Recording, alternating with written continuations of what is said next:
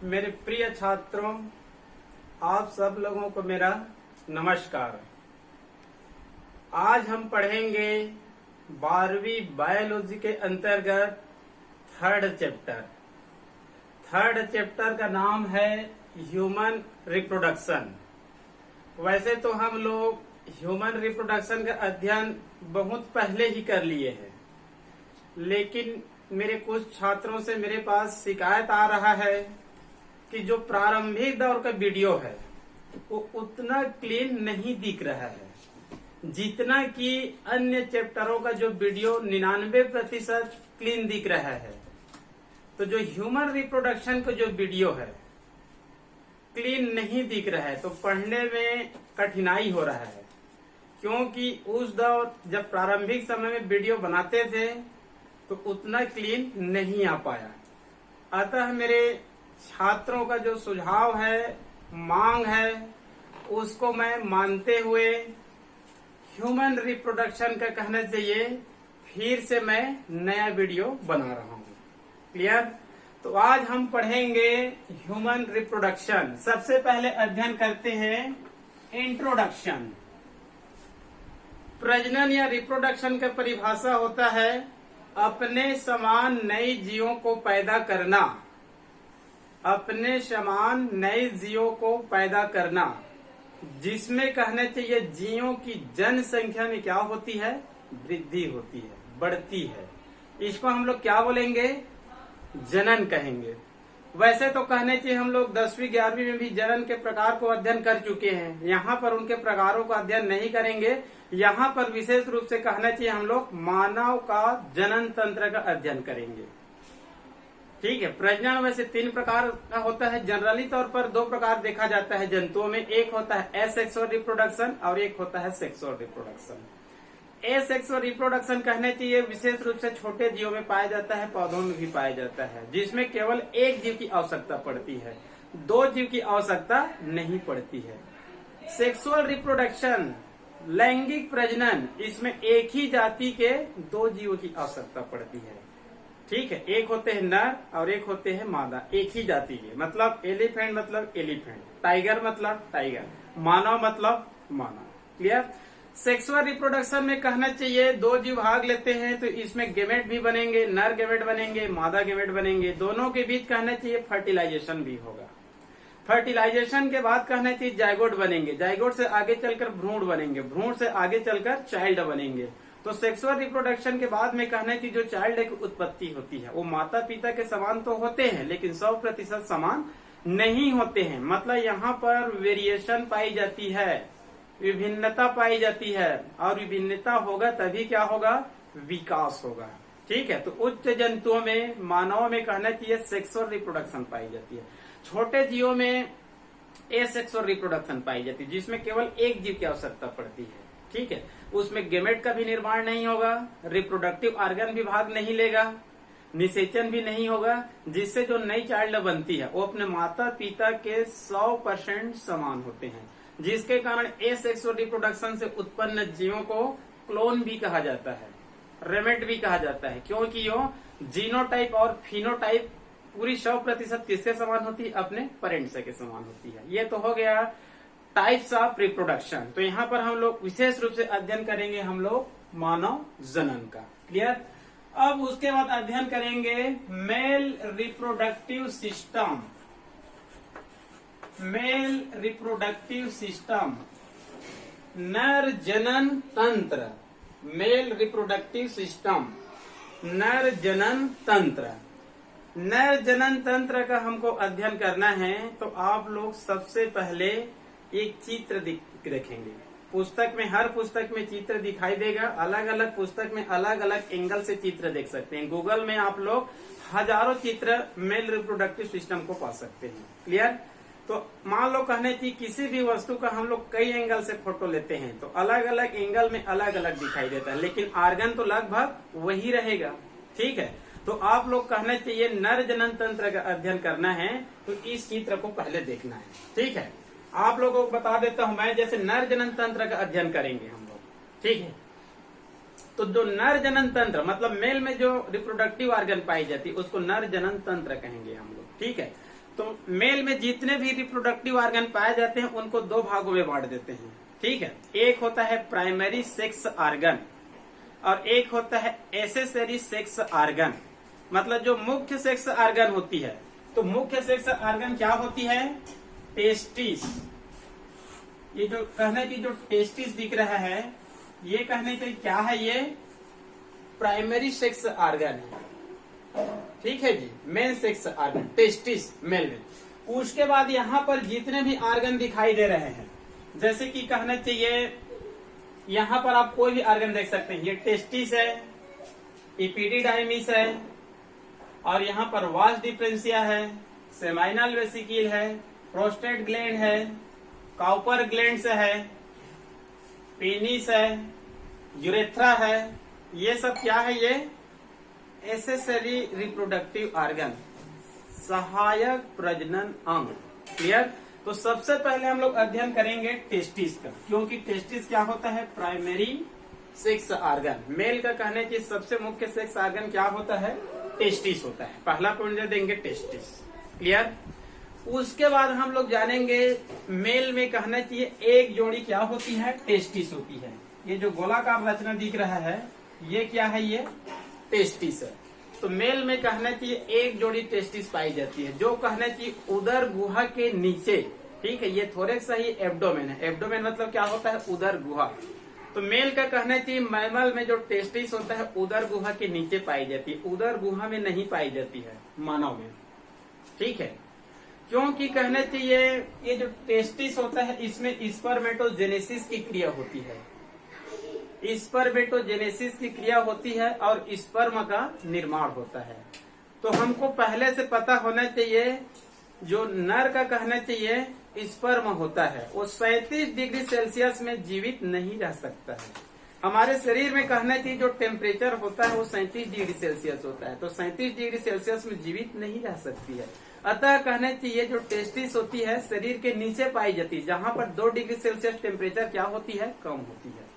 तो 35 degree Celsius में जीवित रहती है, जिसके कारण कहना चाहिए नेचुरली तौर पर जो नर का जो टेस्टिस होता है एब्डोमेन के नीचे पाई जाती है। क्लियर? मान लो कहना चाहिए कोई व्यक्ति है, ठीक है, उनके शरीर में जो टेस्टिस है यदि प्रारंभिक अवस्था में, भ्रूण अवस्था में तो एब्डोमेन गुहा में ही पाई जाती है, लेकिन मान लो कहना चाहिए बाद की अवस्था में जन्म लेने के बाद कहना चाहिए जो टेस्टिस होती है वो एब्डोमेन कैविटी में ही रुक जाती है, तब व्यक्ति क्या हो सकते हैं? स्टेराइल हो सकते हैं, नपुंसक हो सकते हैं, मतलब एक रोग हो जाता है। उस रोग को कहा जाता है क्रिप्टोक्रिटिज्म। क्रिप्टोक्रिटिज्म, ठीक है। मैमल के अंतर्गत हम लोग 2 जंतु का नाम देखते हैं, एक होता है व्हेल और एक होता है एलिफेंट। ये ऐसे मैमल्स होते हैं जिनमें टेस्टिस कहना चाहिए एब्डोमेन कैविटी में ही पाई जाती है, बाकी अन्य में नहीं पाई जाती है। क्लियर? ये हो गया आप लोगों का एक जोड़ी टेस्टिस, जो उदर गुहा के नीचे एक थैली में, उस थैली को हम लोग बोलते हैं टेस्टिस सैक। इसका दूसरा नाम होता है स्क्रोटम सैक। टेस्टिस सैक बोलिए या फिर स्क्रोटम सैक बोलिए, ठीक है। ये कहना चाहिए स्क्रोटम सैक है, ठीक है। इसमें हेयर पाई जाती है, तो इसको हम लोग हेयरी टेस्टिस सैक या फिर स्क्रोटम सैक कहा जाता है। मतलब टेस्टिस एक जोड़ी थैली में पाई जाती है, इस थैली को क्या बोलते हैं हम लोग? टेस्टिस सैक बोलते हैं, ठीक है। इसके बाद कहना चाहिए जैसे कि जनरली तौर पर टेस्टिस का टीएस दिखा जाता है। टेस्टिस का क्या देखा जाता है? टीएस चित्र, हिस्टोलॉजी। इसको कई बार कहना चाहिए टेस्टिस का टीएस नामांकित चित्र 12वीं में आया हुआ है, इनको कहना चाहिए हिस्टोलॉजी कहा जाता है इनके टीएस को। मतलब ये जो टेस्टिस होते हैं उसके कोई भी छोटे से ऑर्गन को लेते हैं, बारीक ब्लेड की सहायता से काटते हैं, फिर स्लाइड में रखते हैं, फिर माइक्रोस्कोप में देखेंगे तो जो चित्र दिखाई देगा उसी को टीएस स्ट्रक्चर या फिर हिस्टोलॉजी कहते हैं, ठीक है। तो टीएस का कहना चाहिए हम लोग हिस्टोलॉजी का अध्ययन करेंगे, तो उस टेस्टिस के चारों तरफ कहना चाहिए एक मेम्ब्रेन पाई जाती है, उस मेम्ब्रेन को पेरिटोनियम मेम्ब्रेन कहा जाता है। Peritoneum membrane. पेरिटोनियम मेम्ब्रेन के अंदर में एक आवरण पाई जाती है, उस आवरण को कहा जाता है ट्यूनिका एल्बुजिनिया। ये पुस्तक में चित्र होगा, देख लेंगे। पेरिटोनियम के अंदर में एक आवरण होती है, उस आवरण को कहा जाता है ट्यूनिका एल्बुजिनिया, ठीक है। और ऊपर की ओर कहना चाहिए कॉर्ड से लटकी हुई पाई जाती है, उस कॉर्ड के ऊपर वाले भाग को क्या कहा जाता है? स्पर्मेटिक कॉर्ड कहा जाता है। इसके अंदर कहना चाहिए, ये भी उनका कहना चाहिए टीएस नामांकित चित्र है टेस्टिस का, इसके अंदर कहना चाहिए 400 से 500 कहना चाहिए छोटे छोटे नलिकाएं पाई जाती है। इसके अंदर 400 से 500 छोटे छोटे क्या पाई जाती है? नलिकाएं पाई जाती है। उसको सेमेनिफेरस ट्यूबुल्स कहा जाता है। शॉर्टकट लिख दिया मैं। इसके अंदर 400, 500, 600 के आसपास छोटी छोटी नलिकाएं पाई जाती है। उस नलिका को क्या कहा जाता है? Seminiferous tubules.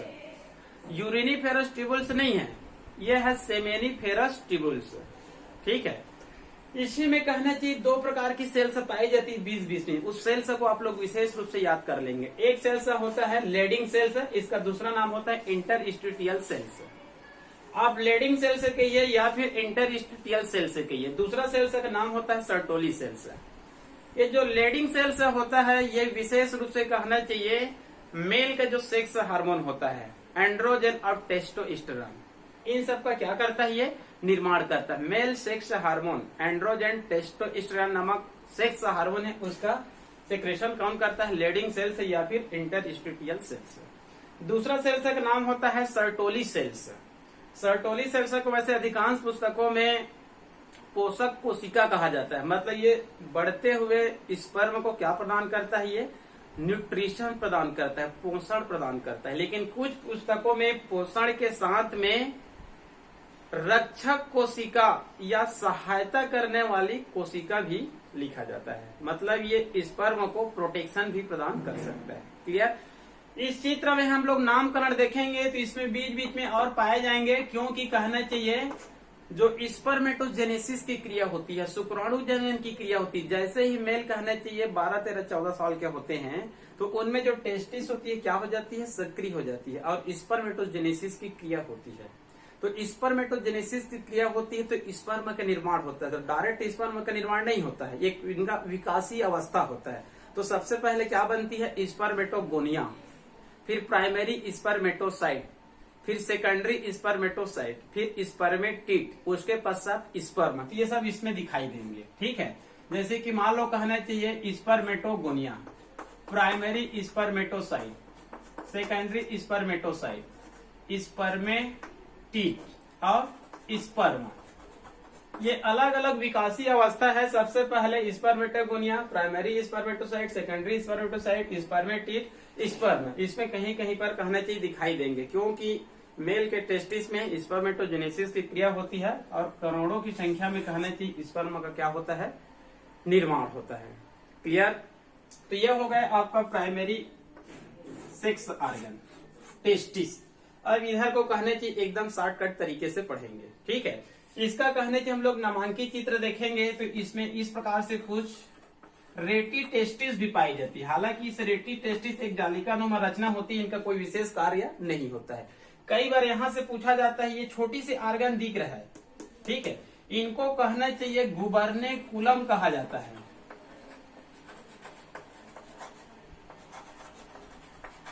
गुबर्नेकुलम कहा जाता है। इसको भी एक बार नीट में पूछा गया था।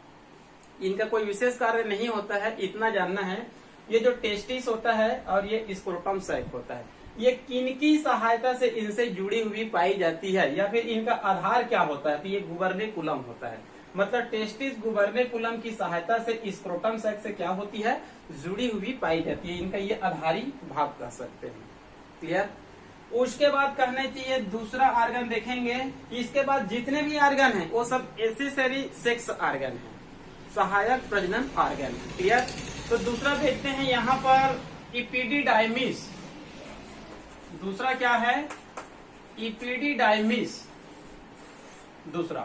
क्लियर? पॉइंट दे देंगे दूसरा। ये इपिडिडाइमिस क्या होता है? जो टेस्टिस होती है यहाँ से एक उलझे हुए नलिका निकलती है। इस उलझे हुए लंबी नलिका को हम लोग क्या बोलते हैं? इपिडिडाइमिस बोलते हैं। पिछले साल नेट में यहीं से क्वेश्चन आया था, इसमें से किसकी लंबाई सबसे अधिक होती है? क्वेश्चन था। तो 4 ऑप्शन दिया था। इपिडिडाइमिस था, वास डिफरेंशिया था, सेमाइनल वेसिकल था, प्रोस्टेट ग्लैंड्स था। ठीक है। तो जनरली तौर पर इनकी लंबाई अधिक दिखती है, वास डिफरेंशिया की। इनकी लंबाई क्या दिख रही है? अधिक दिख रही है। लेकिन ये उत्तर में नहीं होता, ये इपिडिडाइमिस होता है। ये लगभग कहना चाहिए इनकी लंबाई 6 मीटर के आसपास होती है, मतलब सबसे अधिक लंबाई इपिडिडाइमिस होती है। हालांकि ये दिख रही है छोटी सी। क्लियर। एक बार नीट में ही पूछा गया था, यहाँ पर इनके 3 स्थिति जान लेना। ऊपर को बोलते हैं केपोड, कार्पस, काड़ा। शॉर्टकट नाम लिखा हूं। ऊपर को बोलते हैं इपिडिडाइमिस को, सबसे ऊपरी भाग को केपोड, कार्पस, काड़ा, ऊपर से नीचे की ओर। क्लियर। ये इपिडिडाइमिस कहना चाहिए क्या कार्य करता है, जो इसमें स्पर्मेटोजेनेसिस की क्रिया होती है और इसमें क्या बनती है, स्पर्म बनती है। तो ये स्पर्म कहने की इस इपिडिडाइमिस में स्टोरेज होती रहती है, संग्रहित होती रहती है, मतलब 24 घंटे तक उनको क्या कर सकते हैं, संग्रहित कर सकते हैं। और जो स्पर्म होते हैं वो इसी इपिडिडाइमिस में आकर क्या होते हैं, मेचुरेशन होते हैं, परिपक्वन होते हैं। यहाँ तो बनते हैं लेकिन इसमें आकर क्या होते हैं, परिपक्व होते हैं। क्लियर। दोनों साइड एक एक पाई देती है। उसके बाद है तीसरा वास डिफरेंशिया। ये नलिका दिख रहा है, ये क्या है, वास डिफरेंशिया। इसको केवल एक लाइन में जानेंगे। ये जो कहने की इपिडिडाइमिस होती है, यहाँ से एक लंबी नलिका निकलती है। इस लंबी नलिका को क्या बोलेंगे हम लोग, वास डिफरेंशिया कहेंगे। क्लियर।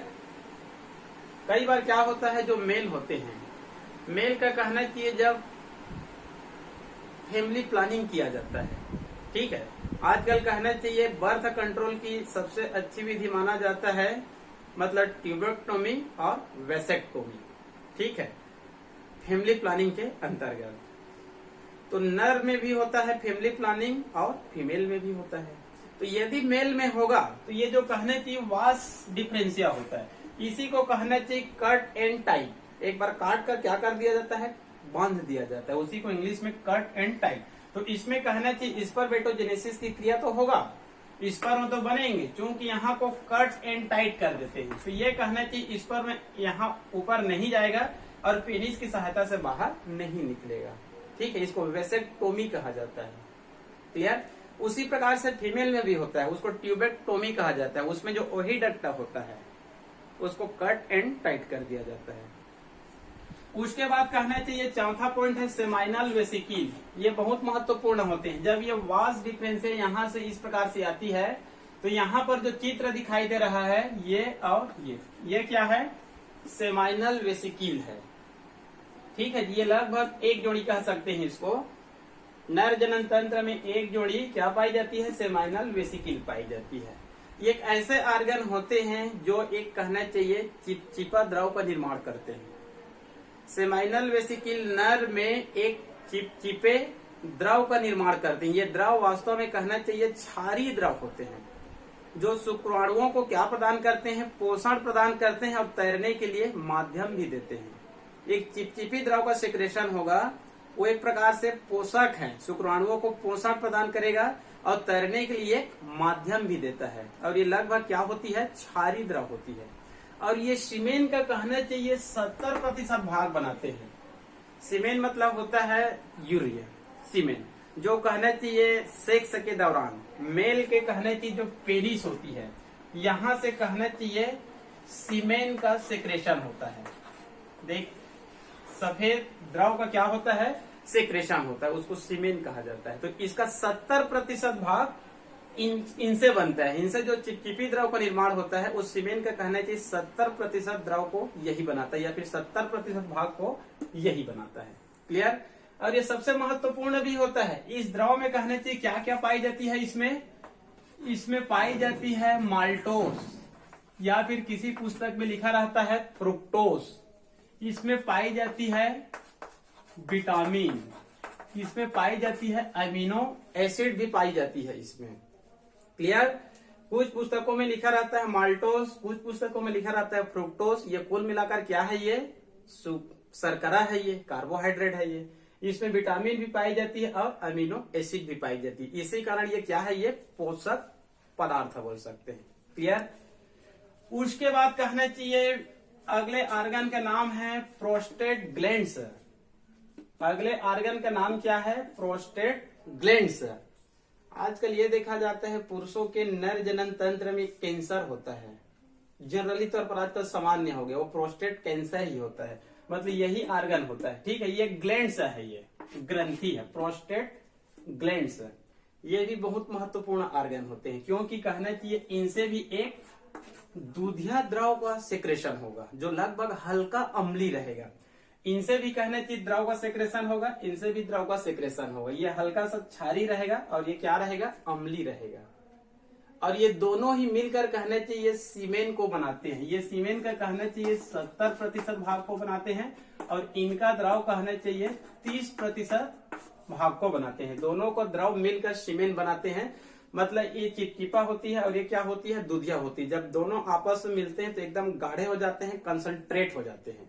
ठीक है, और ये दोनों मिलकर कहने चाहिए शुक्राणुओं को पोषण प्रदान करते हैं और तैरने के लिए माध्यम देते हैं। लेकिन जब दोनों आपस में मिलते हैं तो कंसंट्रेट हो जाते हैं, तो शुक्राणु की गति क्या हो जाती है, कम हो जाती है, लोकोमोशन कम होती है, जिसके कारण शुक्राणु की ऊर्जा की क्या हो जाती है, बचत हो जाती है। क्लियर। उसके बाद आगे है काउपर ग्लैंड्स। उसके बाद आगे क्या है, काउपर ग्लैंड्स, शॉर्टकट लिख दिया हूं CG, काउपर ग्लैंड्स। इसका दूसरा नाम होता है बल्बोयूरेथ्रल ग्लैंड्स। बल्बोयूरेथ्रल ग्लैंड्स, कई पुस्तकों में इसको नहीं लिखा रहता है, लेकिन नीट में इसी को पूछ दिया जाता है। इसको आप लोग काउपर ग्लैंड्स बोलिए या फिर बल्बोयूरेथ्रल ग्लैंड्स बोलिए। इनके समजात मादा में भी पाई जाती है। यहाँ पर हम लोग काउपर ग्लैंड्स कहेंगे तो फीमेल में ये बर्थोलिन ग्लैंड्स कहलाती है। इसमें काउपर ग्लैंड और फीमेल में बर्थोलिन की ग्लैंड्स। इसमें बल्बोयूरेथ्रल ग्लैंड्स बोलते हैं तो वहां पर वेस्टिब्युलर ग्लैंड्स कहा जाता है। क्लियर। ये ऐसे ग्लैंड्स होती है जो कहना चाहिए जब नर और मादा के बीच में जब मैथुन की क्रिया होती है तो उस दौरान कहना चाहिए इसमें काउपर ग्लैंड और फीमेल में बर्थोलिन की ग्लैंड कहना चाहिए एक द्रव का सेक्रेशन करती है, जिसके कारण मैथुन के दौरान कहना चाहिए क्या हो जाती है, लुब्रिकेंट हो जाती है, चिकनाई हो जाती है, जिसके कारण कहना चाहिए मैथुन के समय दर्द का अनुभव नहीं होता है। उसके बाद है 6 के बाद अगला देख सकते हैं 7, मतलब पेनिस। ये कहना चाहिए जो नर जनन तंत्र होती है ये भी उनका कहना चाहिए बहुत महत्वपूर्ण ऑर्गन है। ठीक है, ये जो पेनिस होता है ये कहना चाहिए मेल का बाह्य सेक्स ऑर्गन है, बाह्य सेक्स ऑर्गन है। और ये कहना चाहिए बहुत अधिक संवेदनशील होती है और उत्तेजित भी होती है। ठीक है, ये जो पेनिस होती है इनका जो अग्रभाग होता है, जो ऊपरी भाग बोल सकते हैं या फिर अग्रभाग बोल सकते हैं, ये कहना चाहिए फूली हुई पाई जाती है। इस फूली हुई भाग को कहना चाहिए ग्लैन पेनिस कहा जाता है। मतलब पेनिस का सबसे ऊपरी भाग जो फूली हुई पाई जाती है उसको ग्लैन पेनिस कहा जाता है। ग्लैन पेनिस के पास ही कहना चाहिए एक दोहरी त्वचा की बनी हुई लेयर पाई जाती है या दोहरी लेयर की बनी हुई त्वचा पाई जाती है। उस दोहरी लेयर की बनी हुई त्वचा को क्या कहा जाता है, प्रीप्यूस। इसका सबसे ऊपरी भाग जो फूली हुई थी उसको ग्लैन पेनिस, यहाँ पर कहने की दोहरी लेयर की त्वचा पाई जाती है, इसको क्या कहा जाता है, प्रीप्यूस कहा जाता है। क्लियर। ये कहना चाहिए सामान्य स्थिति में इनकी कहना चाहिए लंबाई लगभग 9 सेंटीमीटर होती है। ठीक है, लेकिन कहना चाहिए उत्तेजित अवस्था में इनकी लंबाई कितनी हो सकती है, 14 सेंटीमीटर तक हो सकती है। क्लियर। जब कहना चाहिए मेल प्रतिवर्ती क्रिया द्वारा या मन की इच्छा द्वारा जब मैथुन के लिए कहना चाहिए उनके मन में इच्छा जागृत होती है। मान लो कहना चाहिए जो मेल है यदि उनके प्रतिवर्ती क्रिया द्वारा या फिर मन की इच्छा द्वारा मैथुन क्रिया के लिए जब कहने की इच्छा जागृत होती है तो ये पेनिस क्या हो जाती है, उत्तेजित हो जाती है। ठीक है, और इसके अंदर धमनी और सीरा पाए जाते हैं। धमनी द्वारा इसमें शुद्ध रक्त आते हैं और सीरा द्वारा अशुद्ध रक्त चले जाते हैं। तो मैथुन की क्रिया या फिर मैथुन के कहने की जब इच्छा जागृत होती है तो धमनी की सहायता इसमें रक्त क्या हो जाती है, आकर भर जाती है।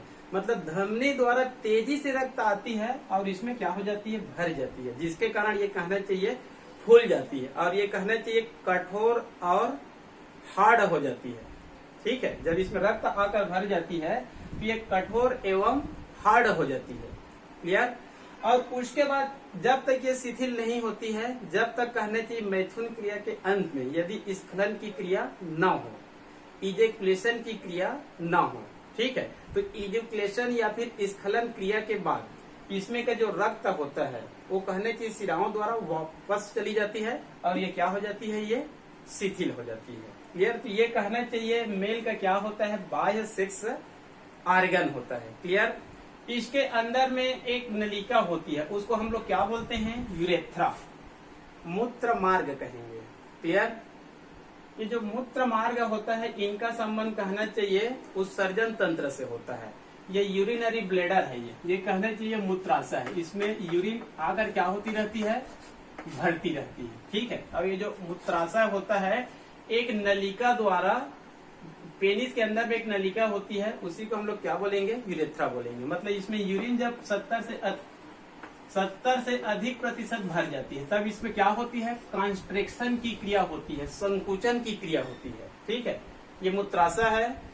जब 30, 40, 50, 60% होते हैं तो यूरिन नहीं लगता है। जब 60, 70, 80% जब भर जाती है तो यहाँ पर अनैच्छिक पेशियां पाई जाती है। इस अनैच्छिक पेशियों में क्या होता है, संकुचन होता है, तो यहाँ पर दबाव पड़ेगा। तो ये जो यूरेथ्रा होती है इनकी सहायता से मूत्र क्या हो जाती है, बाहर निकलती है। तो यहाँ पर यूरेथ्रा दो कार्य करती है नर में। एक तो कहना चाहिए यूरिन को क्या करता है, ये बाहर निकालता है, और दूसरा कहना चाहिए मैथुन क्रिया के समय, मैथुन क्रिया के अंत में ये स्पर्म युक्त सीमेन को बाहर निकालता है, जिसमें कहना चाहिए 6 करोड़ से 20 करोड़ के आसपास कहना चाहिए स्पर्म पाए जाते हैं, और उसमें 3-4 ml क्या होते हैं, सीमेन होते हैं। तो स्पर्म युक्त सीमेन को क्या करते हैं, स्खलन द्वारा बाहर निकालते हैं, और ये जनरली तौर पर कहना चाहिए फीमेल के जो वेजाइना होती है उसमें प्रविष्ट करा देते हैं, ठीक है। तो ये हो गया आप लोगों का नर जनन तंत्र, ठीक है जी, नर जनन तंत्र। क्लियर। उसके बाद हम लोग अध्ययन करेंगे नर जनन अंग के कार्य, नर जनन अंग के कार्य। ये 3 शब्द दिया गया है, इसको आप लोग पुस्तक में देख भी सकते हैं, ठीक है। मैं केवल हेडलाइन को बता रहा हूँ। नर जनन अंग के कार्य में पहला कार्य लिखा गया है पेनिस का खड़ा होना। मतलब नर का कहना चाहिए जो पेनिस होता है उनका खड़ा होना। मतलब जब जो मेल होते हैं, जब मैथुन की कहना चाहिए इच्छा जागृत होती है तो इसमें धमनी के माध्यम से तेजी से रक्त आ जाते हैं, ठीक है। और ये कहना चाहिए फूल जाते हैं, जिनके कारण ये कड़े एवं हार्ड हो जाते हैं, उसी को कहा गया है पेनिस का खड़ा होना। उसके बाद सेकंड पॉइंट लिखा गया है कोपुलेशन, मतलब मैथुन की क्रिया। नर का पेनिस और मादा का वेजाइना दोनों का कहना चाहिए घर्षण होना ही क्या कहलाता है, मैथुन क्रिया कहलाता है। तीसरा होता है स्खलन। मैथुन क्रिया के अंत में क्या होती है, इजेकुलेशन होती है, मतलब स्खलन की क्रिया होती है। मैथुन क्रिया के अंत में जो मेल होते हैं अति उत्तेजित अवस्था में आ जाते हैं, और उनके पेनिस से कहना चाहिए शुक्राणु युक्त सीमेन का क्या होता है, स्खलन होता है। क्लियर। तो ये हो गया आप लोगों का नर जनन तंत्र। लास्ट में इसका द्वितीयक लैंगिक लक्षण, सेकेंडरी सेक्सुअल करेक्टर, इसको मैं आप लोग पूर्व वीडियो में भी बताया था, ठीक है जी। तो इसका 3-4 कहना चाहिए आप लोग द्वितीयक लैंगिक लक्षण देख लेंगे, या फिर 2-3 को बताता हूँ। जैसे ही मेल 14, 15, 16 साल के होते हैं तो उसमें टेस्टिस क्या हो जाती है, सक्रिय हो जाती है, ठीक है। इसमें स्पर्मेटोजेनेसिस की क्रिया होती है और शुक्राणुओं का क्या होगा, निर्माण होगा। इस क्रिया के कारण नर कहना चाहिए मादा की तरफ और मादा कहना चाहिए मेल की तरफ क्या होती है, नेचुरली तौर पर आकर्षित होती है, क्योंकि फीमेल में भी अंडाणुओं का निर्माण होता है oogenesis की क्रिया द्वारा, मेंस्ट्रुएशन साइकिल उसमें प्रारंभ हो जाती है। तो दोनों एक दूसरे से नेचुरली तौर पर क्या होते हैं, एक दूसरे से आकर्षित होते हैं। मेल का कहना चाहिए जो आवाज होता है वो भारी हो जाता है, जबकि फीमेल का कहना चाहिए द्वितीयक लैंगिक लक्षण में उनका जो आवाज होती है भारी नहीं होती, बल्कि पतली और सुरीली बनी ही रहती है। क्लियर। जो मेल होते हैं और फीमेल होते हैं दोनों के कहना चाहिए जो कांख होते हैं या फिर कहना चाहिए जो बगल होते हैं उसमें हेयर आना प्रारंभ हो जाते हैं। विशेष रूप से मेल में कहना चाहिए जो दाढ़ी होती है, मूछ होती है, मतलब दाढ़ी मूछ आना प्रारंभ हो जाते हैं। क्लियर। फीमेल का कहना चाहिए जो द्वितीयक लैंगिक लक्षण होता है, उसमें एक और विशेष लक्षण होता है, जो फीमेल होती है उनके जो कहने की जो जांघें होती है और कुल्हे होती है वो आकार में क्या हो जाती है, बड़ी हो जाती है। जो स्तन ग्रंथि होते हैं उनमें भी क्या होता है, विकास होता है। तो ये कहना चाहिए मेल और फीमेल का द्वितीयक लैंगिक लक्षण आप लोग देख ही लेंगे, क्योंकि इसको 12वीं में कई बार विशेष रूप से इसको पूछा जाता है। क्लियर। इसके बाद हम लोग अध्ययन करेंगे फीमेल रिप्रोडक्टिव सिस्टम, मादा जनन तंत्र का।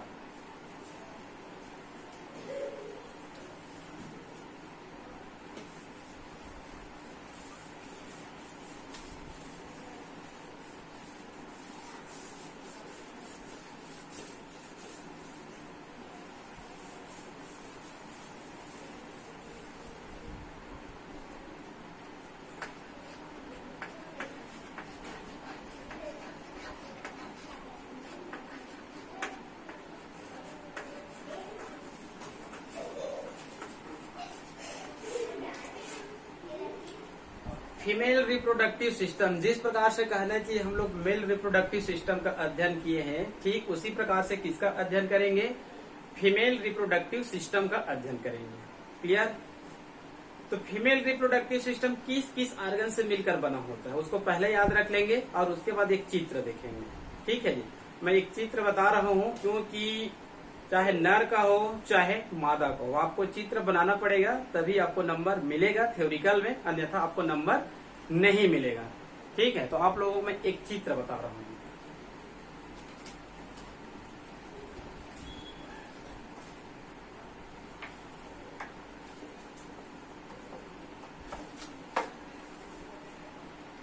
ये कहना चाहिए मादा जनन तंत्र के चित्र है, फीमेल रिप्रोडक्टिव सिस्टम।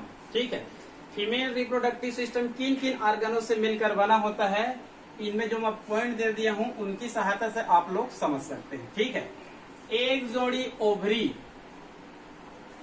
एक जोड़ी ओवरी, ठीक है, ये राइट ओवरी और ये लेफ्ट ओवरी, मतलब एक जोड़ी। क्लियर। उसके बाद होता है एक जोड़ी ओहिडक्ट, इसका दूसरा नाम होता है फेलोपियन ट्यूब, मुलेरियन डक्ट भी कहा जाता है। ओहिडक्ट एक जोड़ी, पहला होता है एक जोड़ी ओवरी और दूसरा होता है एक जोड़ी ओहिडक्ट। क्लियर। तीसरा होता है यूटेरस, मतलब गर्भाशय, ये भी महत्वपूर्ण ऑर्गन है। क्लियर। उसके बाद कहना चाहिए चौथा ऑर्गन है सर्विक्स, इसका कोई ज्यादा कार्य नहीं होता है, ये छोटा सा एक नलिका है, इसको हम लोग सर्विक्स बोल देते हैं, ग्रीवा कह देते हैं। क्लियर। उसके बाद पांचवें ऑर्गन का नाम है वेजाइना, मतलब योनि। ठीक है। उसके बाद छठवें ऑर्गन का नाम है क्लाइटोरिस। ठीक है। उसके बाद सातवें ऑर्गन का नाम है लेबिया माइनोरा और लेबिया मेजोरा, माइनोरा और मेजोरा।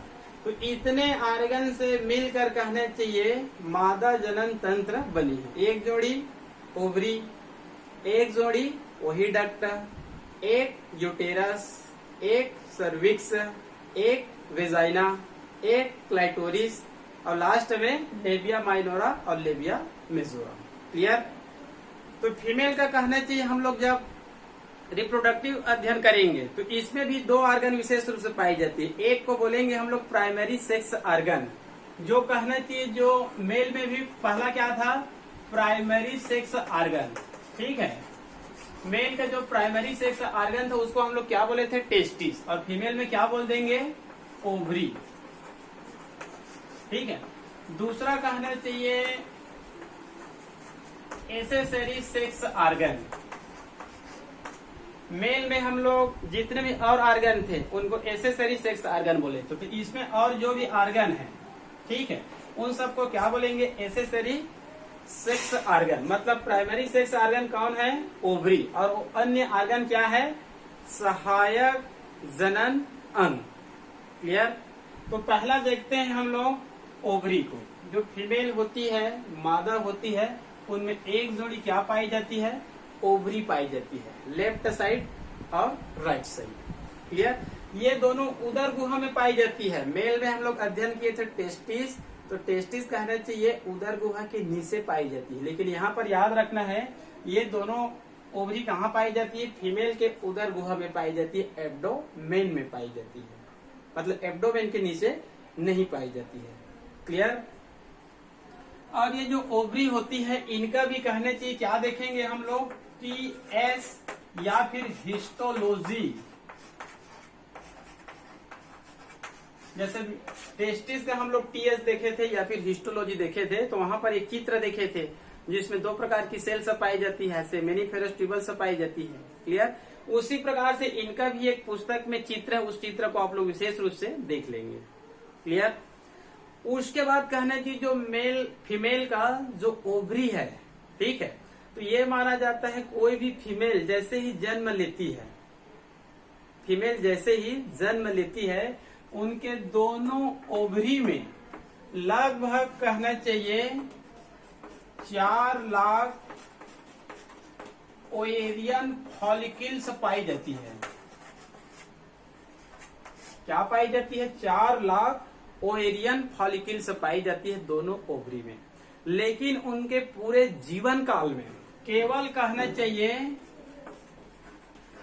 400 कहना चाहिए जो फॉलिकल्स होते हैं, वो कहना चाहिए ओहम का निर्माण कर पाते हैं। ठीक है? ओरियन फॉलिकल्स की संख्या तो कहना चाहिए 4 लाख तक होती है, ठीक है, इन दोनों में। लेकिन उनके पूरी जीवन में लगभग 400 ओहम का ही क्या हो पाता है? ये सक्रिय हो पाते हैं या फिर निर्माण हो पाते हैं। उसके बाद 50 साल के बाद जब मेनोपॉज की स्थिति आती है तो सब क्या हो जाती है? निष्क्रिय हो जाती है। ठीक है? क्योंकि कहना चाहिए प्रत्येक माह मेंस्ट्रुएशन साइकिल चलती रहती है, लेफ्ट राइट लेफ्ट राइट। ठीक है? तो एक माह में कहना चाहिए 1 ओहम का निर्माण, तो 1 साल में कहना चाहिए 12 ओहम का निर्माण होगा। तो मान लो किसी फीमेल में 14 या 15 साल या फिर 13 साल में मेंस्ट्रुएशन साइकिल या फिर oogenesis की क्रिया प्रारंभ हुई है, तो 1 साल में 12 बनेंगे। ठीक है? तो जहां से प्रारंभ हुआ और जहां पर समाप्त हुआ, 13वें साल में प्रारंभ हुआ, 50 साल में समाप्त हुआ। ठीक है? तो यहाँ पर ये ईयर की संख्या हो गया, और ईयर की संख्या को हम लोग गुणित 12 कर देंगे, क्योंकि 1 साल में 12 ही ओहम का क्या होगा? निर्माण होगा। लेकिन इस बीच याद रखेंगे, बीच में कहना चाहिए प्रेग्नेंट होते हैं, गर्भ धारण होते हैं, तो उस बीच में ओहम का निर्माण नहीं होगा। ठीक है? उसके बाद प्रसव के बाद, डिलीवरी के बाद भी 6 माह 7 माह 1 साल तक कभी कभार ओहम का निर्माण नहीं होता है। इसको लैक्टेशन पीरियड कहा जाता है। ठीक है जी? इस बीच कहना चाहिए माँ अपने बच्चे को दूध पिलाती है, तो इस दौरान भी मेंस्ट्रुएशन साइकिल की क्रिया नहीं हो पाती है। तो उनके पूरी जिंदगी में लगभग 400 अंडाणु ही क्या होते हैं? सक्रिय होते हैं। क्लियर? ये जो ओवेरियन फॉलिकल्स होती है, ये जो ओवेरियन फॉलिकल्स होती है,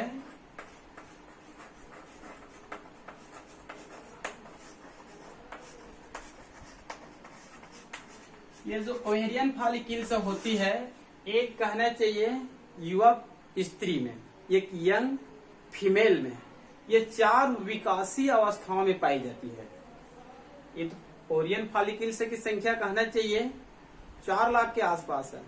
तो ये जब सक्रिय होती है, ठीक है, तो 4 विकासीय अवस्थाओं में पाई जाती है। पहला को कहा जाता है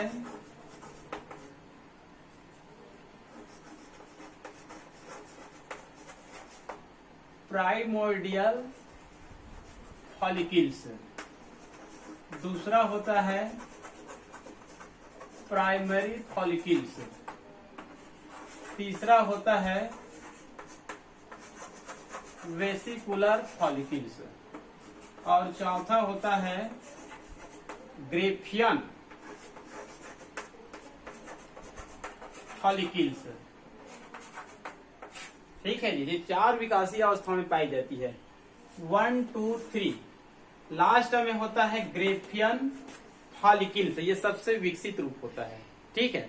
और यही कहना चाहिए जो फीमेल का जो सेक्स हार्मोन होते हैं, फीमेल के सेक्स हार्मोन क्या होते हैं? एस्ट्रोजेन और प्रोजेस्टेरॉन। एस्ट्रोजेन और प्रोजेस्टेरॉन, उसका ये क्या करता है? ये निर्माण करता है, जैसे कि मेल फीमेल। ठीक है? तो मेल में कहना चाहिए जो टेस्टिस होते हैं। इसके अंदर आप लोग को अभी जस्ट मैं बताया था एक सेल्स पाई जाती है, उस सेल्स को क्या कहते हैं हम लोग, लेडिंग सेल्स या फिर इंटरस्टिशियल सेल्स। ठीक है, तो इनका जो सेल्स होता है नर का सेक्स हार्मोन बनाते हैं, और नर का सेक्स हार्मोन क्या होते हैं, एंड्रोजेन टेस्टोस्टेरोन, एंड्रोजेन टेस्टोस्टेरोन। और फीमेल के जो ग्रेफियन फॉलिक्यूल्स होती है ये भी कहने चाहिए सेक्स हार्मोन का निर्माण करते हैं। तो फीमेल सेक्स हार्मोन का नाम क्या है, एस्ट्रोजेन और प्रोजेस्टेरॉन। वास्तव में प्रोजेस्टेरॉन का निर्माण कार्पस लुटियम करता है। जब कहना चाहिए फीमेल में मेंस्ट्रुएशन साइकिल चलती रहती है, तो मेंस्ट्रुएशन साइकिल कहना चाहिए जब 17 से 19 दिन के बीच फीमेल में मेंस्ट्रुएशन साइकिल चलती रहती है, तो 1 से 28 दिनों की होती है। तो ये 17 से 19 दिनों के बीच में कार्पस ल्यूटियम नामक एक ऑर्गन का निर्माण होता है। ठीक है, ओवरी के अंदर ही होगा। ये कार्पस ल्यूटियम भी प्रोजेस्टेरॉन नामक हार्मोन का क्या करता है, सेक्रेशन करता है। और ये प्रोजेस्टेरॉन नामक हार्मोन बहुत ही महत्वपूर्ण होते हैं। ठीक है, ये इनका सबसे पहला कार्य होता है गर्भधारण की स्थिति को बनाए रखता है। यदि इनकी कमी हो जाएगा प्रोजेस्टेरॉन नामक हार्मोन की, तो कहना चाहिए जो गर्भधारण हुए रहते हैं वो नेचुरली रूप से बीच में क्या हो सकते हैं, एबॉर्शन हो सकते हैं इसकी कमी होने पर। तो ये कहना चाहिए प्रोजेस्टेरॉन नामक हार्मोन गर्भधारण की स्थिति को बनाए रखता है, मतलब एबॉर्शन को रोक देती है। दूसरा होता है ये कहना चाहिए मिल्क सेक्रेशन का भी कार्य कर सकती है। ठीक है जी, प्रसव के बाद शिशु के लिए मिल्क सेक्रेशन में भी सहायता करती है। हालांकि वहां पर प्रोलैक्टिन और ऑक्सीटोसिन नामक हार्मोन भी होते हैं। क्लियर, तो ये हो गया आप लोगों का एक जोड़ी ओवरी। उसके बाद सेकंड है ओहिडक्ट, ये है और ये है। एक जोड़ी कहना चाहिए ओहिडक्ट। ये जो ओवरी होती है यही आसपास एक नलिका निकलती है। इस नलिका को हम लोग क्या बोलते हैं, ओहिडक्ट बोलते हैं। आजकल इसको फेलोपियन ट्यूब कहा जाता है। ठीक है, और आप सब लोगों को पहले से ही पता होगा अंडाणु का निषेचन कहाँ होता है, यहीं पर होता है, फेलोपियन ट्यूब में होता है। और इस भाग को कहना चाहिए एम्प्यूला कहा जाता है। कई बार पूछा जाता है मतलब अंडाणु का निषेचन कहाँ होता है, तो ये तो सबको पता है फेलोपियन ट्यूब, लेकिन फेलोपियन ट्यूब के कौन से भाग में होती है, एम्प्यूला नामक ऑर्गन में होती है। क्लियर, इनके अग्रभाग में इस प्रकार से पाई जाती है, इसको हम लोग बोलते हैं फिम्बरी कहते हैं। ठीक है, इसमें कहना चाहिए सीलिया पाई जाती है। ये सीलिया क्या कार्य करती है, जैसे कि ये ओवरी है, इसमें कहना चाहिए oogenesis क्रिया होती है तो अंडाणु का निर्माण होगा। तो इसमें मान लो कहना चाहिए अंडाणु बना। अब आपको पहले से पता होगा अंडाणु क्या होता है, गोलाकार और अचल। गोलाकार और अचल। शुक्राणु क्या होती है, लंबी होती है और सचल, मतलब उसमें गति होती है। तो यहाँ पर ये अचल है। ये जो फिम्बरी होती है, सीलिया होती है, उसको कहना चाहिए यहाँ से जैसे ही ओवरी से बनती है उनको इस तरह से क्या करती है, उनको आकर्षित करती है। ठीक है, मतलब उनको अपने तरफ आकर्षित करती है। और आकर्षित करने के बाद ये आगे चली जाती है और आगे चली जाती है, और मान लो यहाँ पर आ गया। ठीक है, यदि इस साइड मान लो कहना चाहिए मेंस्ट्रुएशन साइकिल चल रहा है, क्योंकि अल्टरनेट होती है, तो ये कहना चाहिए इस पार बनेगा। ठीक है, दोनों साइड कहना चाहिए अंडाणु नहीं बनती है, क्योंकि अल्टरनेट क्रम में पाई जाती है। क्लियर, तो मान लो कहना चाहिए इस तरफ बनती है, इधर को हटा देते हैं। अब कहना चाहिए मान लो कहना चाहिए कोई भी फीमेल है, ठीक है, यंग फीमेल है, 17, 18, 19, 20, मान लो कहना चाहिए इस दौरान जो मेंस्ट्रुएशन साइकिल होती है इनके कहना चाहिए 11 से 18, 11वें से 18वें दिनों के बीच में यदि कहना चाहिए इस फीमेल का संपर्क यदि मेल से होता है, ठीक है, तो मेल का कहना चाहिए जो स्पर्म होता है यहाँ से एंट्री करेगा और यहाँ से एंट्री करते करते कहना चाहिए यहाँ पर आ जाएगा और इस अंडाणु का ये शुक्राणु क्या कर देगा, फर्टिलाइजेशन कर देगा। ठीक है, जैसे ही फर्टिलाइजेशन होते हैं फीमेल क्या हो सकते हैं, प्रेग्नेंट हो सकते हैं, मतलब गर्भधारण कर सकते हैं। क्लियर, तो ये हो गया आप लोगों का एक जोड़ी ओवरी और एक जोड़ी ओहिडक्ट। क्लियर। उसके बाद है तीसरा, ये है यूटेरस मतलब गर्भाशय। ये भी मादा जनन तंत्र के एक महत्वपूर्ण ऑर्गन है। ठीक है, यूटेरस इसको हम लोग बोलते हैं गर्भाशय। ठीक है, 1 मिनट के लिए रुकते हैं, लाइट ऑफ हो गया है, थोड़ा सा अंधेरा हो गया है। ठीक है जी, 1 मिनट बाद मिलते हैं।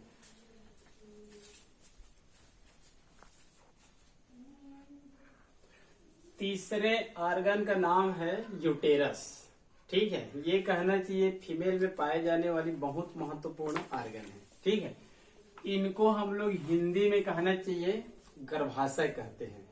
ठीक है, यहाँ पर फर्टिलाइजेशन तो जरूर होता है, वही डॉक्टर में फर्टिलाइजेशन होने में लगभग कहना चाहिए 2.5 घंटा लगता है। और फर्टिलाइजेशन होने के बाद ये अंडाणु मतलब ये जाइगोट यहाँ से केवल 4 या फिर 5 दिन यहाँ पर रहेगा। 4 या 5 दिन ही यहाँ पर रहेगा। उसके बाद ये तुरंत कहना चाहिए यहाँ पर यूटेरस में क्या हो जाती है, इम्प्लांटेशन हो जाती है, प्रत्यारोपित हो जाती है।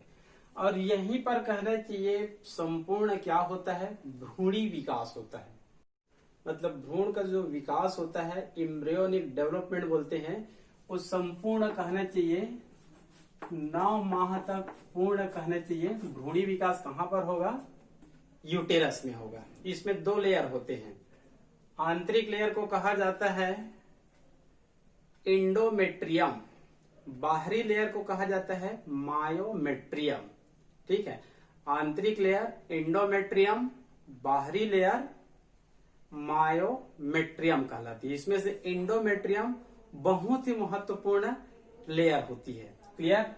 उसके बाद है चौथे ऑर्गन का नाम है ग्रीवा या सर्विक्स। इनका कोई विशेष कार्य नहीं होता है।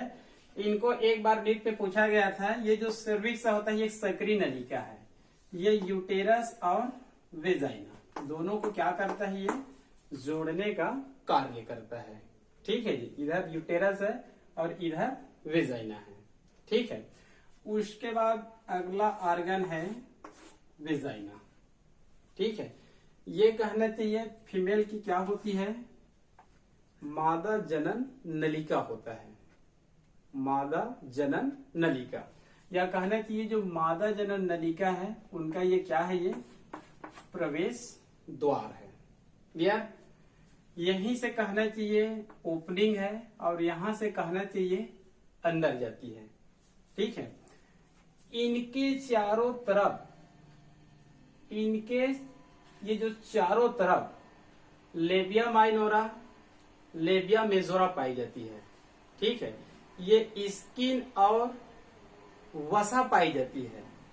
इसमें स्किन और विशेष रूप से यहाँ पर वसा से भरी होती है, जिसके कारण जो वेजाइना होती है इसके आसपास के भाग क्या होते हैं, उभरे हुए पाए जाते हैं, मतलब उभार पाए जाते हैं, क्योंकि यहाँ पर वसा पाए जाते हैं। और ये जो वेजाइना होता है ये योनि द्वार होता है। ठीक है, मेल और फीमेल दोनों में कहना चाहिए जब मैथुन क्रिया होती है तो मेल का कहना चाहिए जो पेनिस होता है यहीं पर कहना चाहिए प्रविष्ट करते हैं। और मैथुन क्रिया के अंत में जब इजेकुलेशन होती है, स्खलन की क्रिया होती है, तो मेल का कहना चाहिए जो पेनिस होता है यहीं पर स्पर्म युक्त सीमेन को क्या करा देते हैं, प्रविष्ट करा देते हैं। और ये कहना चाहिए स्पर्म युक्त सीमेन ये यहाँ से इधर चले जाते हैं या फिर इधर चले जाते हैं। क्लियर। यहाँ पर कहना चाहिए एक और छोटी सी ऑर्गन पाई जाती है, उसको बोलते हैं क्लाइटोरिस। ये कहना चाहिए उत्तकों का बना हुआ एक ऑर्गन है। ये भी कहना चाहिए मेल के जो पेनिस होती है उनकी क्या होती है, संजात होती है। जिस प्रकार से कहना चाहिए जो मेल का जो पेनिस होता है उसी की कहना चाहिए संजात होती है। कई बार इसको नीट में या कंपटीशन परीक्षा में इसको पूछा गया है। मतलब ये ऑर्गन किनके संजात होती है, ऑप्शन में 4 उत्तर रहेगा। ठीक है, ये जो क्लाइटोरिस होती है ये किनके कहने चाहिए समझात होती है? नर का पेनिस। जिस प्रकार से जो नर का पेनिस होता है वो क्या होता है? बाह्य सेक्स ऑर्गन। उसी प्रकार से कहना चाहिए ये भी क्या होती है? बाह्य सेक्स ऑर्गन इसको भी बोल सकते हैं। और दोनों क्या होती है? उत्तेजित होने वाले ऑर्गन होते हैं। ठीक है, मतलब जिस प्रकार से जो पेनिस होते हैं धमनी की सहायता से रक्त आते हैं तो फूल जाते हैं और कठोर एवं हार्ड हो जाते हैं। उसी प्रकार से जो कहने चाहिए जो फीमेल होती है, यदि कहना चाहिए इसके मन में मैथुन के प्रति इच्छा जागृत होती है, तो मैथुन के प्रति इच्छा जागृत होती है तो ये जो क्लाइटोरिस होती है इसमें रक्त आकर क्या हो जाती है? भर जाती है, जिससे आकार में क्या हो जाती है? बड़ी हो जाती है या फिर फैल जाती है। क्लियर? इसी कारण इसको पेनिस का क्या माना जाता है? समजात माना जाता है। क्लियर? उसके बाद केवल कहने चाहिए इतना ही मादा जनन तंत्र का ऑर्गन है। एक जोड़ी ओवरी, एक जोड़ी ओहिडक्ट, एक यूटेरस, एक सर्विक्स, एक वेजाइना, एक क्लाइटोरिस और लेबिया माइनोरा और लेबिया मेजोरा। क्लियर? यहाँ पर कुछ ग्रंथि भी होती है, यहाँ पर लिख दिया हूँ बर्थोलिन की ग्रंथि, या इसका दूसरा नाम होता है वेस्टिबुलर ग्लैंड्स। जिस प्रकार से मेल में कॉपर ग्लैंड्स पाई जाती है, बल्बो यूरेथ्रल ग्लैंड्स पाई जाती है, उसी प्रकार से फीमेल में क्या पाई जाती है? बर्थोलिन की ग्लैंड्स। इसका दूसरा नाम होता है वेस्टिबुलर ग्लैंड्स। ये नर और मादा में मैथुन के समय क्या कार्य करते हैं? लुब्रिकेंट मतलब चिकनाई प्रदान करते हैं। ये कोपुलेशन के समय, मैथुन के समय कुछ द्रव का सेक्रेशन करते हैं, जिसके कारण कहना चाहिए लुब्रिकेंट हो जाते हैं, चिकनाई हो जाते हैं। Rectal gland, perineal gland, rectal gland, perineal gland ये मानव में नहीं पाई जाती है, लेकिन अन्य जो मैमल होते हैं उनके मेल और फीमेल दोनों में पाए जाते हैं, लेकिन मानव में ये नहीं पाए जाते हैं। ये हो गया मादा जनन तंत्र। एक बार क्वेश्चन आया था जो ग्रेफियन फॉलिकल से होती है, जो ओवरी के अंदर बनती है, जो फीमेल का जो सेक्स हार्मोन होते हैं, एस्ट्रोजेन, प्रोजेस्टेरॉन, इनका निर्माण करते हैं। ठीक है, उनका एक बार नामांकित चित्र पूछ दिया गया, तो ये ग्रेफियन फॉलिकल्स का कहने चाहिए एक नामांकित चित्र है। ये ग्रेफियन फॉलिकल्स का क्या है? ये नामांकित चित्र है। ये लिख दिया मैं यहाँ पर ग्रेफियन फॉलिकल्स। ठीक है, ये सबसे बाहरी लेयर को बोलेंगे हम लोग मेम्ब्रेन। नीट में आया था और इसके नामकरण पर क्वेश्चन आधारित था। ये सबसे आउटर लेयर को क्या बोलेंगे? मेम्ब्रेन। उसके बाद के लेयर को क्या बोलेंगे? एक्सटर्नल थीका या एक्सटर्ना थीका। उसके और अंदर को क्या बोलेंगे? Internal theca. बाहर वाले को membrane, external theca, internal theca. और इंटरनल थीका यहाँ पर इस प्रकार से क्या बनाती है? ओहम बनाती है, अंडाणु का क्या करती है? निर्माण करती है। ये जो खाली स्थान भाग है इसको क्या कहा जाता है? एंट्रम कहा जाता है। मतलब ये ग्रेफियन फॉलिकल्स है। ठीक है, ये इनका क्या है? ये नामांकित चित्र है। क्लियर? तो इस प्रकार से कहना चाहिए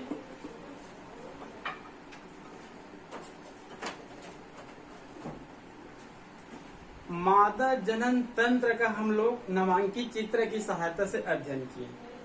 लास्ट में है जिस प्रकार से हम लोग नर जनन अंग का कार्य देखे, उसी प्रकार से कहना चाहिए मादा जनन अंग के भी कुछ कार्य होते हैं।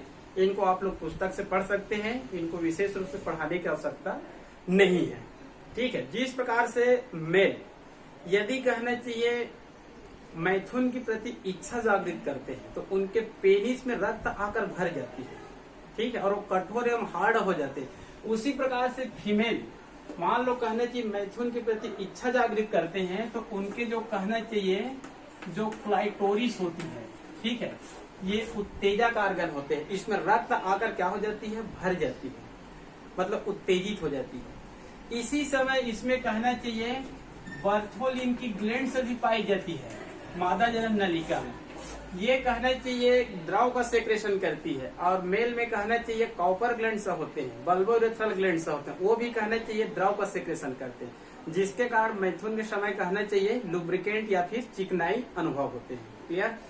इसी समय कहना चाहिए फीमेल में जो मैमरी ग्लैंड्स होते हैं या फिर कहना चाहिए जो ब्रेस्ट होते हैं, ये भी कहना चाहिए उत्तेजित हो जाते हैं। और इसमें कहना चाहिए जो टिट्स होते हैं या फिर कहना चाहिए जो निप्पल होते हैं, ये भी कहना चाहिए उत्तेजित हो जाते हैं। ठीक है।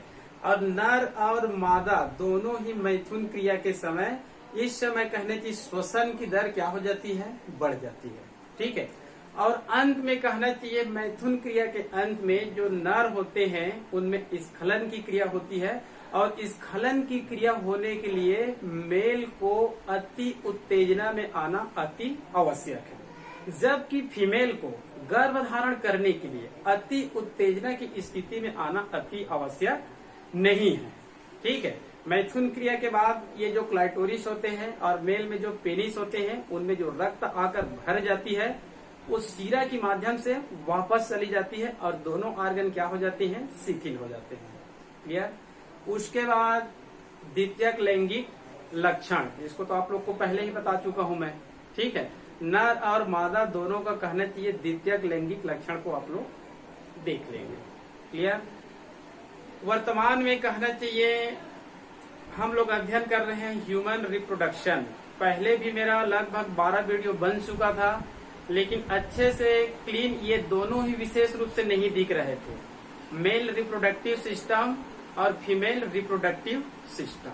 ठीक है। तो इन दोनों का मैं कहना चाहिए विशेष रूप से नया वीडियो केवल आप ही लोगों के लिए बनाया। इसके बाद जैसे कि मेंस्ट्रुएशन साइकिल है, वो लगभग क्लीन तो दिख रहा है, लेकिन अलग अलग पुस्तकों में अलग अलग वर्णन होता है। तो जो मेरा पहले का कहना चाहिए लेक्चर है सामान्य पुस्तक पर आधारित था, या फिर कहना चाहिए 1 से जो 28, पहले तो मेंस्ट्रुएशन साइकिल, जैसे ही फीमेल कहना चाहिए 12, 13, 14 साल की होती है तो उनका जो ओवरी होती है सक्रिय हो जाती है, सेक्स हार्मोन बनते हैं और मेंस्ट्रुएशन साइकिल क्या हो जाती है, प्रारंभ हो जाती है। ठीक है।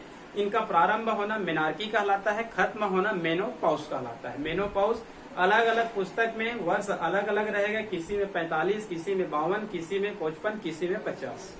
क्लियर। मानव में ही कहना चाहिए मेंस्ट्रुएशन साइकिल होती है, जो अन्य मैमल होती है उसमें मेंस्ट्रुएशन साइकिल नहीं होती, उसमें इट्रस साइकिल पाई जाती है।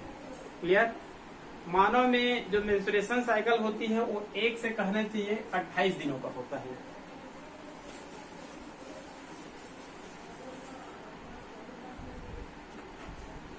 एक से 28 दिनों का होता है। ठीक है। तो इसी प्रकार से आप लोग को मैं अध्ययन कराया हूं कि मतलब 1 से कहना चाहिए 4 दिनों में क्या होता है, 5 से 13 दिनों में क्या होता है, 14 दिनों में क्या होता है, 15 से 19 दिनों में क्या होता है, 20 से 25 दिनों में क्या होता है, 26 से 28 दिनों में क्या होता है। ठीक है। इसको आप लोग याद रख लेंगे। ठीक है। ये जो 14वें दिन होता है ये सबसे महत्वपूर्ण होता है, क्योंकि इसी समय कहना चाहिए ओहम का क्या होता है, निर्माण होता है। वैसे अनियमितता के कारण इनके रेंज को हम लोग ले लेते हैं 11वें से 18वें दिन के बीच। ठीक है। लेकिन अन्य पुस्तकों में इसको 4 अवस्था में बांट दिया जाता है। अन्य पुस्तकों में इनको 4 अवस्था में बांट दिया जाता है। जो प्रारंभिक अवस्था होती है, ठीक है, जो कहना चाहिए ये जो प्रारंभिक अवस्था होती है इसको कहना चाहिए क्या नाम से उल्लेख है, प्रोलिफेरेटिव स्टेज। Proliferative stage. उसके बाद ये जो मध्य होती है यहाँ पर अंडाणु का निर्माण होता है, जिसके कारण इसको कहा जाता है ओव्यूलेटरी स्टेज या फर्टिलिटी स्टेज। ओव्यूलेटरी स्टेज क्योंकि यहीं आसपास कहना चाहिए फर्टिलाइजेशन होता है, तो फर्टिलिटी स्टेज या फिर ओव्यूलेटरी स्टेज। क्लियर। यहाँ पर कहना चाहिए कार्पस लुटियम का निर्माण होता है। आप लोग को जस्ट बताया था मैं, मेंस्ट्रुएशन साइकिल के 17वें 18वें दिनों के आसपास कार्पस लुटियम का निर्माण होता है और ये प्रोजेस्टेरॉन नामक हार्मोन का निर्माण करता है। तो इस स्टेज को क्या कहा जाता है, luteal stage proliferative stage, ovulatory या फर्टिलिटी स्टेज, और इसको ल्यूटियल स्टेज। और ये लास्ट जब कहना चाहिए अंडाणु का फर्टिलाइजेशन नहीं होता है, जब मान लो कहना चाहिए जो फीमेल है अनमेरिड है, मतलब उनके कहना चाहिए किसी मेल के साथ में संपर्क नहीं होते हैं, तो अंडाणु का फर्टिलाइजेशन नहीं होते हैं। अंडाणु का फर्टिलाइजेशन होने के लिए फीमेल का कहना चाहिए मेल के साथ संपर्क होना अति आवश्यक है। ठीक है, यदि कहना चाहिए मेल के साथ संपर्क नहीं होते हैं तो अंडाणु का फर्टिलाइजेशन नहीं होते हैं। ठीक है, और इस मेंस्ट्रुएशन साइकिल के अंतिम दिनों में, मतलब 26 से 28 दिनों में, ये जो अंडाणु होती है वो क्या हो जाती है, डेथ हो जाती है। और ये कहना चाहिए ब्लीडिंग के रूप में क्या होती है, बाहर होती है, मतलब रक्त के रूप में स्त्रावित होती है। तो लास्ट स्टेज को क्या कहा जाता है, ब्लीडिंग स्टेज कहा जाता है। क्लियर, ये हो गया आप लोगों का मेंस्ट्रुएशन साइकिल। पुराने वीडियो भी देख सकते हैं इसको। तो आज की पढ़ाई केवल यहीं तक समाप्त करते हैं, क्योंकि आगे के वीडियो कहना चाहिए लगभग क्लियर है। ठीक है, आप लोगों को विशेष अध्ययन कराने के लिए मैं इसके बाद जो कुछ वीडियो बनाया हूँ पहले का, उसको आप लोगों को मैं एक साथ पार्ट 1, पार्ट 2, पार्ट 3 के रूप में मेरे जो यूट्यूब चैनल है बायोलॉजी क्लास प्रमोद यादव, ठीक है, उसमें तीनों को 1, 2, 3 या 1, 2, 3, 4 के रूप में अपलोड करूंगा। क्लियर, मेरे जो कहना चाहिए जो ह्यूमन रिप्रोडक्शन का जो पुरानी वीडियो है वो नीचे में मिलेगा। ठीक है, ये वीडियो आपको कहाँ मिलेगा, ऊपर में मिलेगा। तो आप लोग चाहेंगे तो नीचे में भी अध्ययन कर सकते हैं और ऊपर में भी अध्ययन कर सकते हैं। दोनों का यदि अध्ययन करते हैं तो आपको लाभ ही होगा, क्योंकि ये जो नया वीडियो है हो सकता है इसमें पुरानी लेक्चर कुछ गायब है, नई लेक्चर आ गए है, लेकिन हो सकता है नई लेक्चर में नई जानकारी जो नहीं है वो किसमें हो सकता है, पुरानी वीडियो में हो सकता है। क्लियर, तो आप लोग कहने थे ह्यूमन रिप्रोडक्शन का जितने भी वीडियो है उनको आप लोग ध्यान पूर्वक देखिए। ठीक है, एक बार और आया था जो पुरानी सिलेबस में था, वो नई सिलेबस की पुस्तक में शायद नहीं है, पार्थिनोजेनेसिस। पार्थिनोजेनेसिस नाम सुने होंगे आप लोग।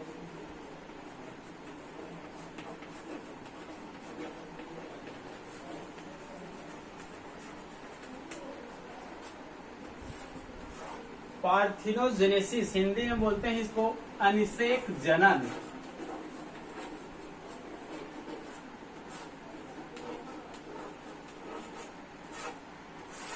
पार्थिनोजेनेसिस अनिषेक जनन।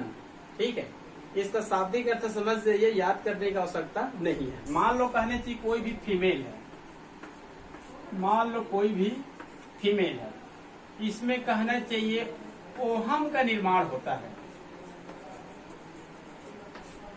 मान लो कहने चाहिए कोई फीमेल है, मानव नहीं, मानव में पार्थिनोजेनेसिस नहीं होगा, अनिषेक जनन नहीं होगा, छोटे जीवों में, विशेष रूप से कीटों में, मधुमक्खी कीटों में। ठीक है, फीमेल में ओहम का निर्माण होती है। ठीक है, जनरली तौर पर हम लोग ये देखते हैं जो ओहम होती है इसको फर्टिलाइजेशन होने के लिए किनकी आवश्यकता पड़ती है, स्पर्म की आवश्यकता पड़ती है। ये स्पर्म इसके शरीर के अंदर जाती है और दोनों मिलकर कहना चाहिए फर्टिलाइजेड एग बनाते हैं। ठीक है, और ये आगे चलकर ये जो फर्टिलाइजेड एग है ये आगे चलकर क्या बनाते हैं, इम्ब्रियो, मतलब भ्रूण।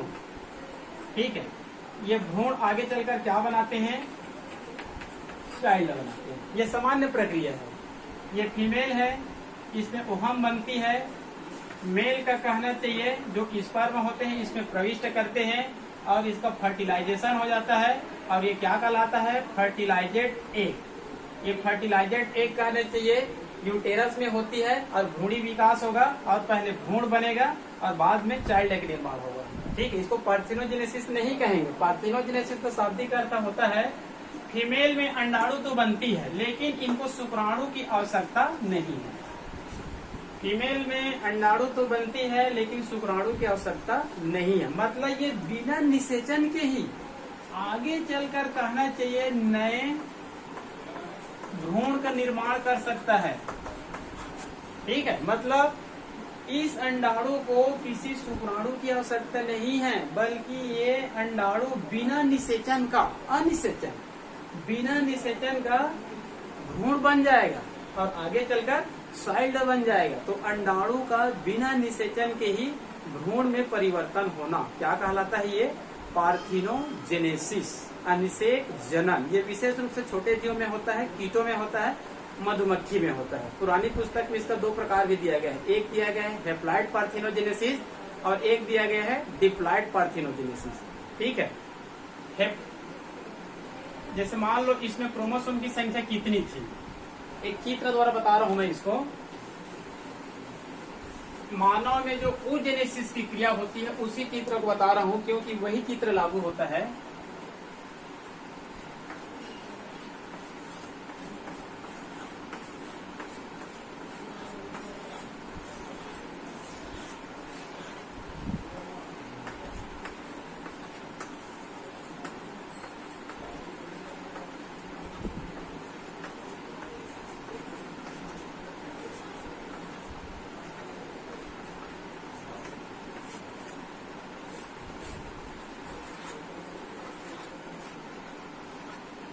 ये मानव में पाई जाने वाली क्या है? ये oogenesis का चित्र है। ठीक है। यहाँ पर देखें डिप्लॉइड अवस्था में है। ठीक है। यहाँ पर कहने चाहिए क्रोमोसोम डिप्लॉइड अवस्था में है, यहाँ पर भी क्या है? डिप्लॉइड अवस्था में है। लेकिन पार्थिनोजेनेसिस के समय क्या होता है? मान लो इस प्रकार की oogenesis की क्रिया होती है, ये कहना चाहिए ओहम है। ठीक है। ये यहाँ पर फर्स्ट मेचुरेशन डिवीजन होता है, फर्स्ट मेचुरेशन डिवीजन होता है। तो यहाँ पर क्रोमोसोम की संख्या क्या हो जाती है? आधी हो जाती है। जैसे इसको 46 मानते हैं तो इसको भी 46 मानेंगे, तो फर्स्ट मेचुरेशन डिवीजन होगा तो यहाँ पर क्रोमोसोम की संख्या आधी हो जाती है, तो ये 23 हो जाएगा। ये भी क्या हो जाएगा? 23 हो जाएगा। और ये अंडाणु है जिसमें क्रोमोसोम की संख्या कितनी है? 23 है, मतलब हेप्लॉइड है। यही अंडाणु आगे चलकर बिना निषेचन का, सीधे कहना चाहिए चाइल्ड का निर्माण कर देती है। तब ये पार्थिनोजेनेसिस तो है, लेकिन पार्थिनोजेनेसिस का कौन सा प्रकार है? हेप्लॉइड पार्थिनोजेनेसिस, क्योंकि क्रोमोसोम की संख्या क्या हो गई है? आधी हो गई है। ठीक है। यहाँ पर कितनी है? आधी, 46 की जगह में 23, तो ये आधी हो गई ही। यही वो हम आगे चलकर नए चाइल्ड बना देंगे, तो इसको बोलेंगे हेप्लॉइड पार्थिनोजेनेसिस। और एक होता है डिप्लॉइड पार्थिनोजेनेसिस। डिप्लॉइड पार्थिनोजेनेसिस में क्या होगा? यहाँ पर क्रोमोसोम की संख्या 46 है, 2n, तो ये भी 2n रहेगा, मतलब 46 रहेगा। इसमें क्रोमोसोम नहीं जाएंगे, इसमें 0 चले जाएंगे। यहाँ पर आधी आधी नहीं होगा, आधी आधी होता है तो 23 लिखते हैं। यदि यहाँ पर आधी आधी नहीं होता है, मेचुरेशन डिवीजन नहीं होगा, तो मान लो कहने से 46 क्रोमोसोम इसमें आ गया और इसमें 46 क्रोमोसोम इसमें आ गया। इन सब में क्या रहेगा? 0 रहेगा। तो यहाँ पर ये ओहम है जिसमें क्रोमोसोम कौन सी स्थिति में है? डिप्लॉइड। यहाँ पर भी डिप्लॉइड। और ये अंडाणु डायरेक्ट कहना चाहिए चाइल्ड का निर्माण करेगा। ठीक है। तो ये क्या कहलाएगा? डिप्लॉइड पार्थिनोजेनेसिस, मतलब आधी होकर बनेगा तो हेप्लॉइड पार्थिनोजेनेसिस, यदि दुगुणित होकर बनेगा तो डिप्लॉइड पार्थिनोजेनेसिस। ये पुरानी सिलेबस में था। ठीक है। इसको भी कहीं भी पूछ सकता है, नीट वगैरह में, कंपटीशन एग्जाम में। ठीक है।